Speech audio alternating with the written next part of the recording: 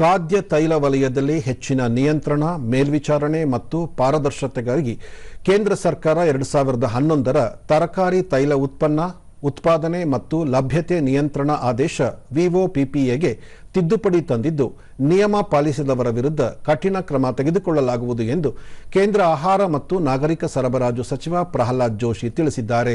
ತೈಲ ಉತ್ಪನ್ನಗಳು ಉತ್ಪಾದನೆ ಮತ್ತು ಲಭ್ಯತೆ ನಿಯಂತ್ರಣ ಆದೇಶ 2011ಕ್ಕೆ ಪ್ರಮುಖ ತಿದ್ದುಪಡಿಗೆ ಸೂಚಿಸಿದೆ. ತಿದ್ದುಪಡಿ ಮಾಡಲಾದ ವಿಒಪಿಪಿಎ ಆದೇಶ 2025 ಭಾರತದಲ್ಲಿ ಖಾದ್ಯ ತೈಲ ವಲಯದಾದ್ಯಂತ ನಿಯಂತ್ರಣ, ಮೇಲ್ವಿಚಾರಣೆ ಮತ್ತು ಪಾರದರ್ಶಕತೆ ಗುರಿ ಹೊಂದಿದೆ ಎಂದು ಹೇಳಿದ್ದಾರೆ.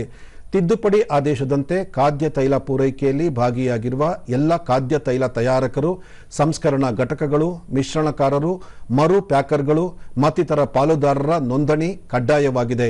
ಅಲ್ಲದೆ ಆನ್ಲೈನ್ ಪೋರ್ಟಲ್ ಮೂಲಕ ಮಾಸಿಕ ಉತ್ಪಾದನೆ ಮತ್ತು ಸ್ಟಾಕ್ ರಿಟರ್ನ್ ಸಲ್ಲಿಕೆ ಸಹ ಕಡ್ಡಾಯವಾಗಿದೆ ಎಂದು ತಿಳಿಸಿದ್ದಾರೆ. ಎಲ್ಲ ಖಾದ್ಯ ತೈಲ ಸಂಬಂಧಿತ ಘಟಕಗಳು www.nsws.gov.in ರಾಷ್ಟ್ರೀಯ ಏಕಗವಾಕ್ಷಿ ವ್ಯವಸ್ಥೆ ಮೂಲಕ ನೋಂದಾಯಿಸಿಕೊಳ್ಳಬೇಕು. ನಂತರ ಘಟಕಗಳು ಮಾಸಿಕ ಉತ್ಪಾದನೆ, ಸ್ಟಾಕ್ ಮತ್ತು ಲಭ್ಯತೆಯ ರಿಟರ್ನ್ಗಳನ್ನು www.edibleoilindia.in ಮೂಲಕ ಸಲ್ಲಿಸಬೇಕು ಎಂದು ಸೂಚಿಸಿದ್ದಾರೆ. ಖಾದ್ಯ ತೈಲ ವಲಯದಲ್ಲಿ ನಿಖರ ದತ್ತಾಂಶ ಸಂಗ್ರಹಣೆ, ನೈಜ ಸಮಯದ ಮೇಲ್ವಿಚಾರಣೆ ಮತ್ತು ನೀತಿಗಳ ಸುಧಾರಣೆ ನಿಟ್ಟಿನಲ್ಲಿ ಕೇಂದ್ರ ಸರ್ಕಾರ ನಿರ್ಣಾಯಕ ಹೆಜ್ಜೆ ಇರಿಸಿದೆ.